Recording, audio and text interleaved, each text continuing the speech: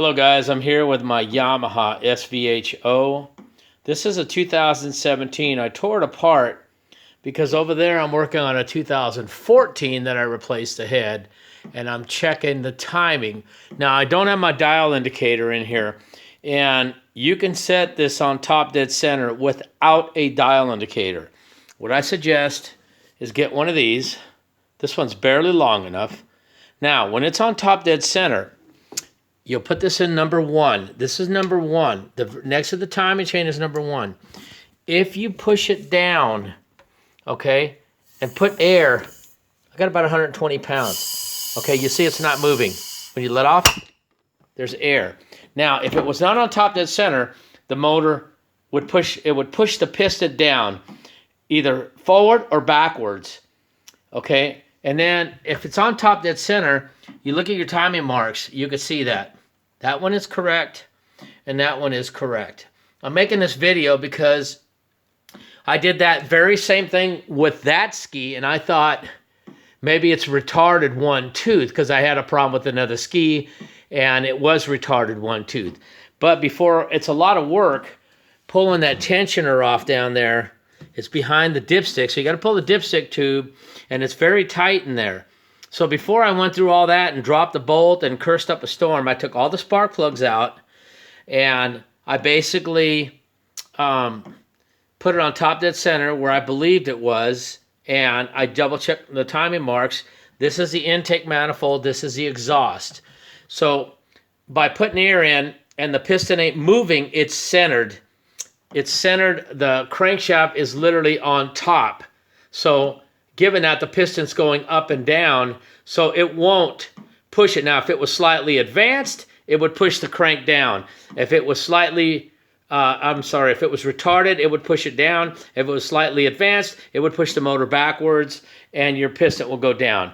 But being that it's not moving, that is top dead center. So that's another way to do it without a dial indicator. I wish I had one of these that was a little longer. I bought this one at the swap meet. It was about $8, and that was some time ago. I'm sure they went up, but it does work in any case. So I'll go over here, and we'll do the same thing, and I'll show you guys the same thing here.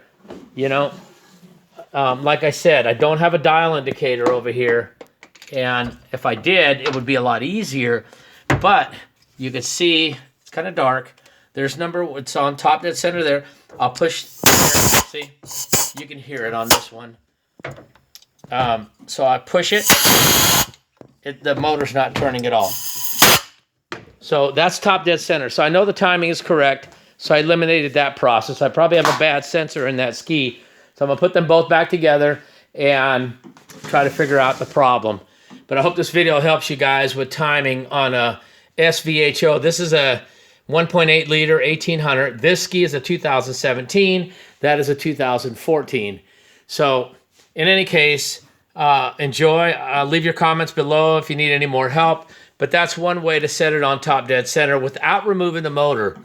It is easier if you remove the engine, but you really don't have to. And then when you do get ready to time this, make sure that number 1, this is number 1, closest to the timing chain.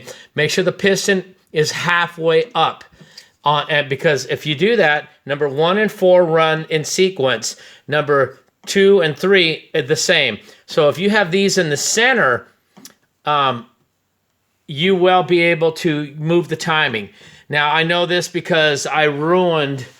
I had to do a valve job on that ski because I had it on top dead center, and believe it or not, if you turn these cams, you will bend the valves. The valves will hit the pistons. So it's very important that if you ever do this, I did that one with the engine in the ski, and it was fine, but I had to replace the oil pump. In any case, that's what you want to do. If you do this in the ski, make sure that number 1 and all the pistons pretty much are centered. They're not up. And it's easy to do that with a screwdriver. You can put a screwdriver in there and you'll see number 1, number 4, number 2, and 3, they're halfway up. Then you can move the timing chains all the way around without bending the valves.